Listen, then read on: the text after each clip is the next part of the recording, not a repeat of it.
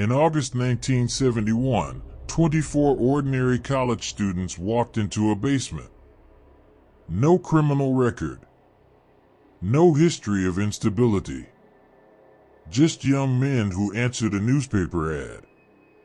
Within 72 hours, the situation had spiraled beyond anything the researchers anticipated.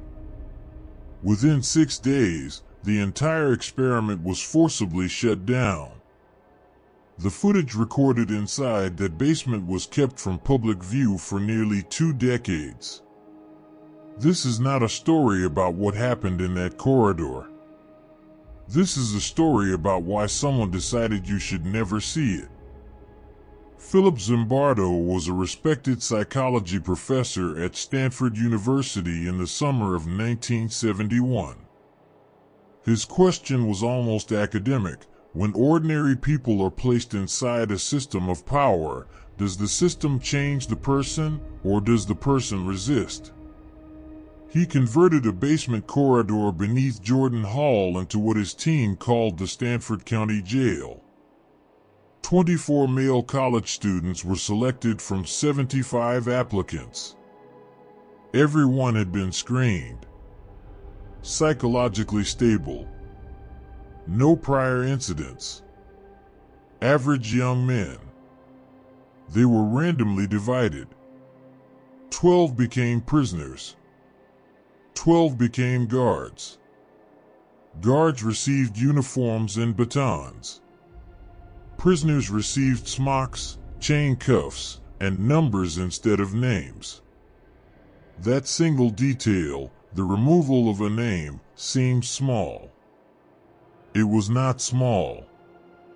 It was the first fracture in who these men believed themselves to be. What almost no one discusses is that Zimbardo himself assumed the role of prison superintendent.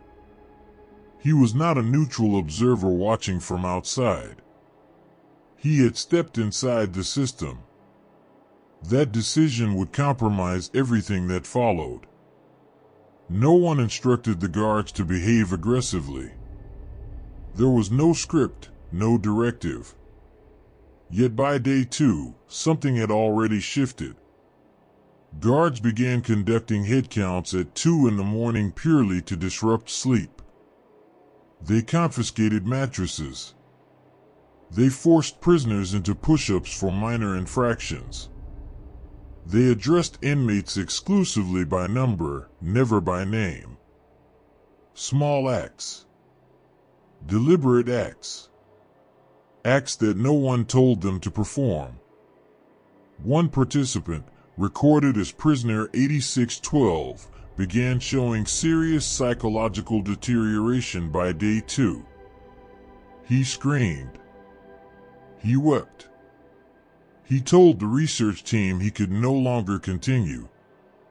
The team's initial assessment was that he was exaggerating to secure early release. They sent him back in. He was not exaggerating.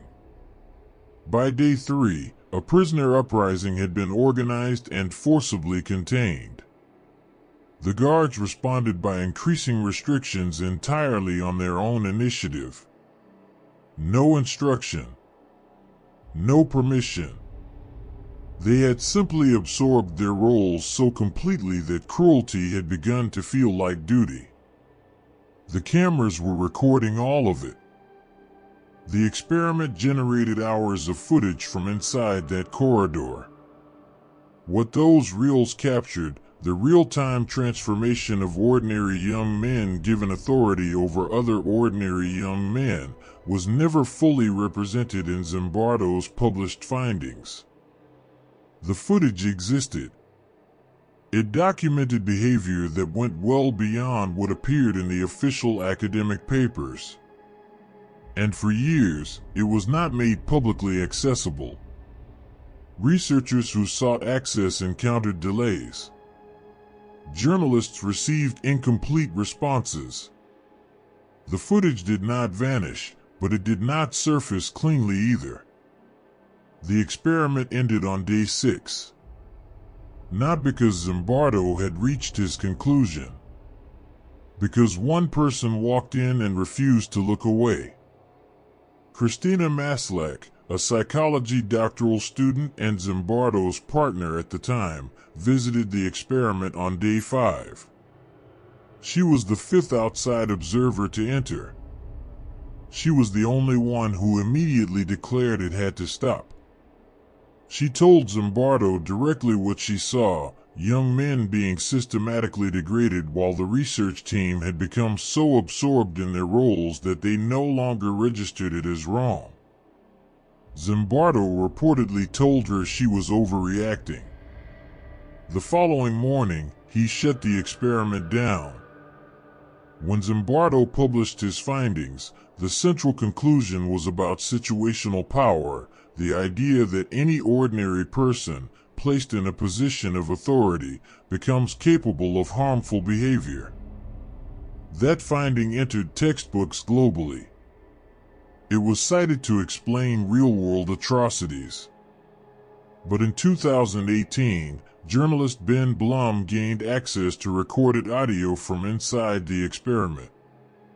What those recordings suggested was deeply uncomfortable: that guards had not simply transformed on their own, that members of the research team had actively encouraged aggressive behavior.